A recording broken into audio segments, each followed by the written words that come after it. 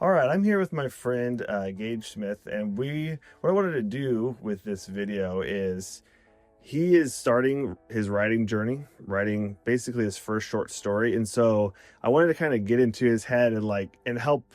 I wanted to get into his head and see if it can help you all who are want to write your first story, but you don't really know where to start necessarily. So, my name's FC Schultz. For those of you that don't know, I'm a fiction author, and I've written a handful of books over the last 12 years or so. But I started with short stories, and so that's what we're going to talk about today and why I started with that. Gage, why don't you introduce yourself and your writing journey? Sure. Yeah, I'm Gage Smith. I think I've written two short stories in the past 2 years, I think. Okay. Before that, it was a long time ago, like whether it was for school or whatever. I've written short stories, written academic stuff for school, but I haven't written a story like I dream of doing. Okay. Yeah. So talk about that. Why do you want to write short stories? Sure. I think as far as like, if I'm like remembering back on stories, like there were like a lot of times in my life where like I wrote something for school or something for friends, and it was like really just like fun and enjoyable and inspiring. People would say, give me like really positive feedback, even as a kid, that just made me go like, I think I really do want to do this, and I want to figure out how to do it. And not just like you've said in the video, 80% of people want to write a novel. Like, I want to be a good writer. Sure. Like, I don't want to just be like a hobbyist, but I like really do like want to figure out like, how do I do this really well? Yeah, and just really enjoy it.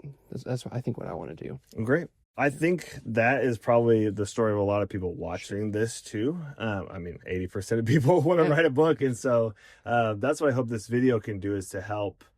Let's figure out how we grow in our craft and not just put some random words together, but tell a story that captivates people. And so starting with short stories, that's what I did about 12 years ago when I started writing. And that advice comes from my favorite author of all time, Ray Bradbury. And he says his challenge is write a short story a week for a year. He says, I dare you to write 52 bad stories, which is still insane to do 52 in a year. We'll talk about the timing of that a little bit later, but that's why we're starting with short stories. And so tell us a little bit about your story idea. Let's workshop it a little bit here. Sure. Yeah. I sat down to brainstorm as much as I could. And I think like all of the story ideas I was having, like either had to do with like hobbies or talents that somebody has, or friendship.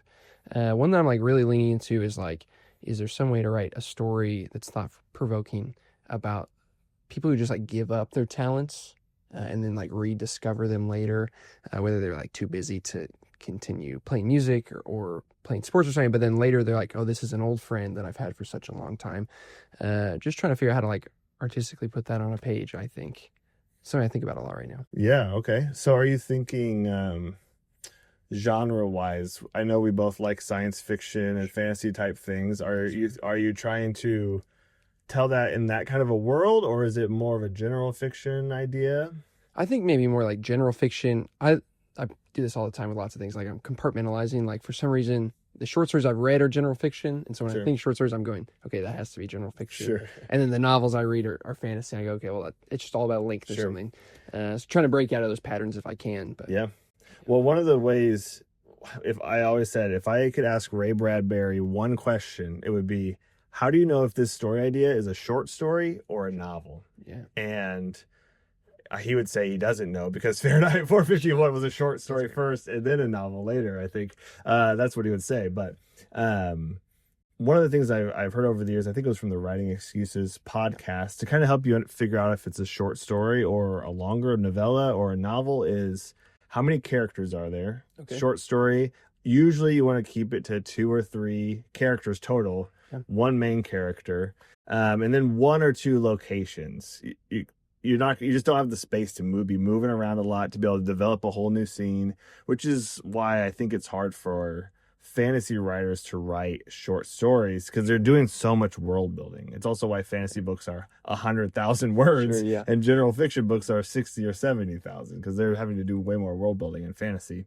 But that's not saying it can't be done. So those are kind of some things to keep in mind as you're crafting a short story. And that's kind of going backwards on it. Usually I would say, what's your idea? And then we say, just write it and let's see what happens afterwards. And so we're not going to put a word count on this. Okay. I think getting into the story and making sure you can tell the story fully is more important than hitting a word count or anything like that. So that's what my first full length, it was 30,000 words, so it's technically a novella, The Rose Weapon, my first book.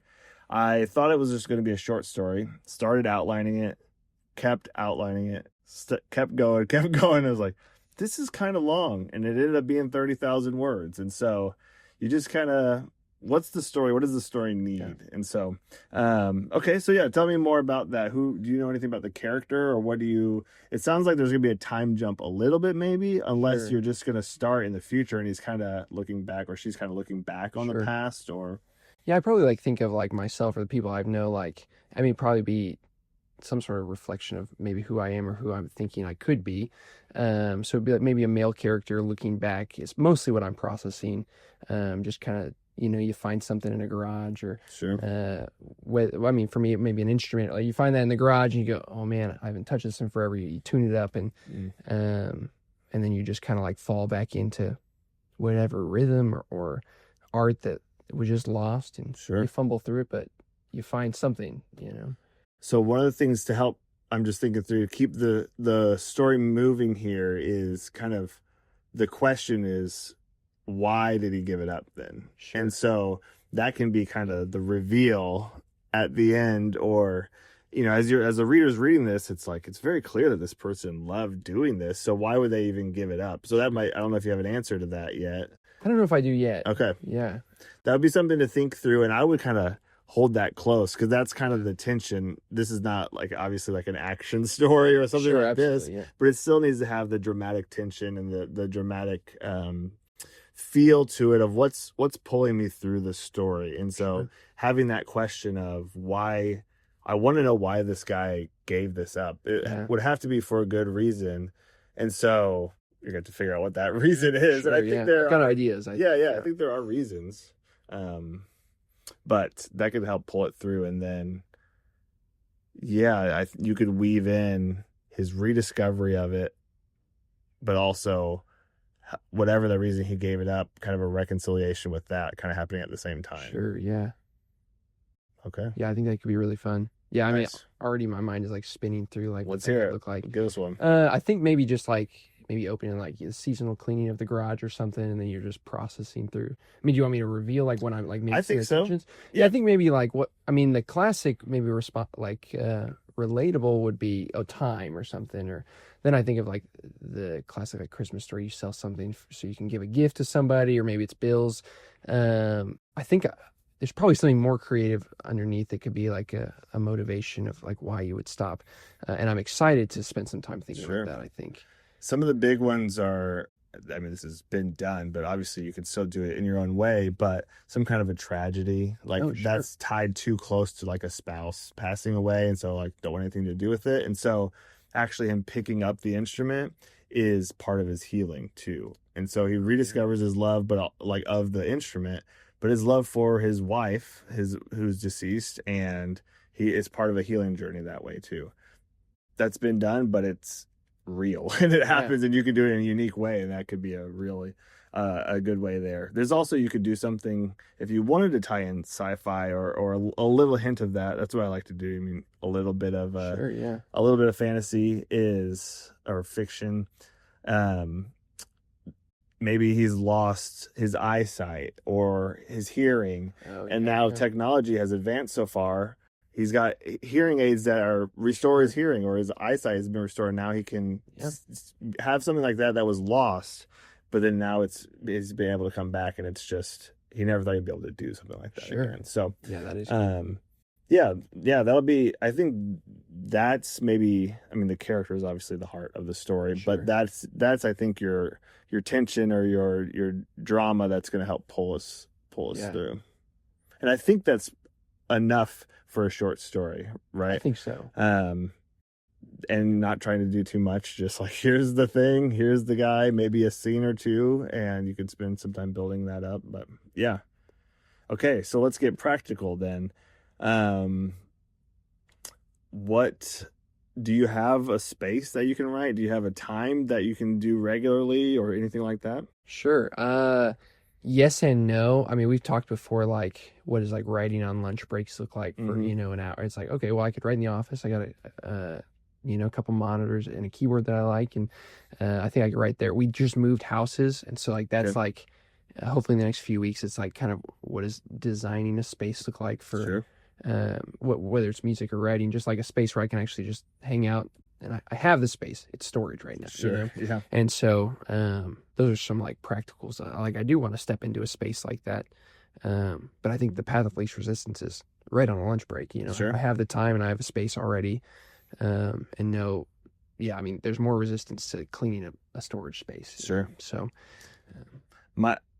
we've talked about this. My before I had kids, I could write about 1,000 words an hour. Wake up early.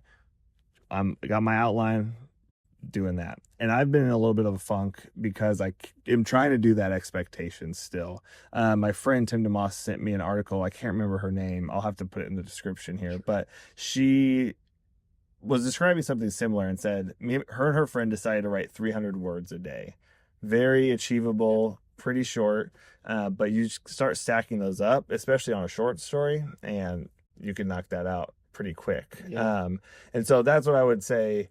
Once you get your space set up, once you kind of figure that out, even on a lunch break, you could say, I'm going to set a timer for 25 minutes, no distractions. I'm going to write 300 words. Oh yeah. And you just say, okay, then I'm got my 300. Do I have time? I'll keep going or not. I did it. I'm done. And now we'll do more tomorrow. Instead of, I think people just sit down and say, I'm going to write a short story, and they just try to knock the whole thing out. Yeah. And then get discouraged because writing is very hard. It's about even a short story. You're Absolutely. literally creating a story out of nothing. So trying to set those expectations, I think, might be good. And so then what we'll do is, once you finish the first draft, we will meet again like this, and we'll talk about that experience of writing a first draft and what you wish you would have done different, even, or what you're kind of learning for the next time. And then we'll talk about next steps after the first draft too. Sure. Does that sound good? Absolutely. Yeah, it sounds really manageable and fun. Okay, great. Well, we'll bring Gage back whenever he's done with that first draft. We didn't set a date though. Do you want to set a date? Is that scary? Of course, yeah, of course it is, but also like really motivating too. Okay. Like a deadline seems helpful. Yeah, and that's the thing with nobody's expecting this story. That's Nobody's great. Yeah, expecting great our point. books. And so the deadline is just our own deadline, but I think it does help too. Like, Absolutely. so let's just set an arbitrary date in the summer of when you're going to finish your Cool. first draft. You just tell me. Yeah, I think we have some travel plans beginning of June and beginning of July. So maybe like late July could probably give me some good time. Okay. Could be awesome. I don't know if that's too far away for you, but July 15th. I don't know what day of the week that is. I'm just saying July 15th. let's aim for it. So, Yeah, I'm okay. cool with that. Great. Yeah, let's aim for it. Maybe I'll. Sounds good. Yeah. Okay, so look for a video shortly after that. Then hopefully we'll check in on where Gage is, and I hope this was helpful for you as you're working on your own story. And happy writing. You didn't say the jump, build, fly. I didn't. Yeah.